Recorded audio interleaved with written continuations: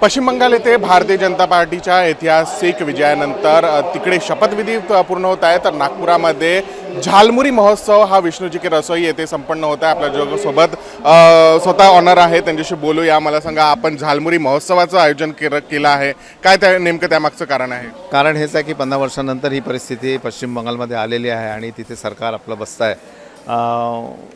आणि झालमुरी हा जो प्रकार आहे तो आदरणीय पंतप्रधान नरेंद्रजी मोदी यांनी स्ट्रीट फूडवर जाऊन खाल्ला आणि तो तिथे आवडतो पदार्थ लोकांना, तो जगप्रसिद्ध झाला। त्याला अजून लोकांपर्यंत पोचवावं, लोकांनी घराघरात हा प्रकार बनवा म्हणून हा प्रयोजन आहे।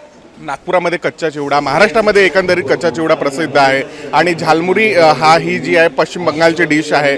आपण झालमुरीची जी ओळख आहे ती नागपूरकरांना करून देत आहे का? काय तुमचा हेतू आहे यामागे? ह्याच्यामागे हेतू हाच आहे की बाबा आपल्या जसं कच्चा चिवडा आहे, त्याच्यानंतर गोपाळकाला आहे, भेळ आहे, या सगळ्यांचं मिश्रण म्हटलं तर झालमुरी आहे।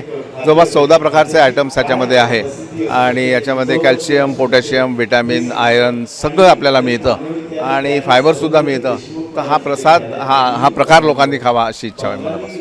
आपण प्रसिद्ध शेफसुद्धा आहे, काय सांगाल झालमुरी नागपूरकरांना कशा प्रकारे स्वीकारतील ते? पंजाबची डिश बंगालची डिश आहे, नागपूरकरांना काय सांगाल तुम्ही? नक्की आवडेल, कारण ज्या प्रकारे खाद्यसंस्कृतीत बदल होतो आहे, तुम्ही वेगवेगळे रेस्टॉरंट्स बघतायत, वेगळ्या टाईपचे रेस्टॉरंट्स बघतायत, तर त्याचप्रमाणे झालमुरीसुद्धा याची चव वेगळी आहे त्याच्यात वापरलेल्या इंग्रेडियंट्समुळे आणि ती लोकांना आवडेल याची मला खात्री आहे आणि त्याचे लोक स्वीकार नक्की करतील। कारण एक प्लेट झालमुरी खाल्ल्यानंतर एक वेळचं जेवण होऊ शकतं। किती लोक जे आहे तुमचा या झालमुरीचा आस्वाद घेत आहे? किती लोकांसाठी हा तुम्ही नेहमी विश्वविक्रम बनवण्याच्या तयारीत असता? हा सुद्धा एक तुमचा विक्रमच आहे असं म्हणता येईल। तर आज किती लोकांनी हा स्वाद घेतलेला आहे?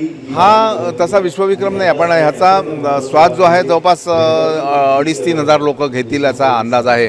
700-800 किलो जवळपास आम्ही याचं मटेरियल तयार इकट्ठा केलेलं आहे आणि त्याच्यावर जर लोक आले तरी आपण त्यांना देऊ शकतो। तुम्ही एक डायलॉग आता बंगालीमध्ये मारला होता, तो कोणता होता? नागपूरकरांना सुद्धा तो ऐकायचा आहे। पिझ्झा बर्गर छोड़ो, पिझ्झा बर्गर छोड़ो, झालमुरी खाओ, झालमुरी खाओ। या अनोखा अंदाजमध्ये आज विष्णूजी की रसोई यांनी हा झालमुरी महोत्सव जो आहे तो पूर्ण होत आहे आणि अशा प्रकारे आपण जर बघितलं तर आयोजन आहे सगळे बंगाली बांधव जे नागपूरमध्ये राहत आहे ते इथे जमा झाले आहे आणि एकंदरीत अशा प्रकारचा सध्या विष्णूजी की रसोईमध्ये माहोल आहे आणि सर्वच जर जे आहे बंगाल येथे सुरू असलेल्या शपथविधीचा आनंद घेत आहे आणि सगळे बंगाली बांधव जे नागपुरामध्ये असतात ते इथे जमा झाले आहे। आपल्यासोबत काही बंगाली बांधव सुद्धा आहेत, त्यांच्याशी सुद्धा आपण संवाद साधूया।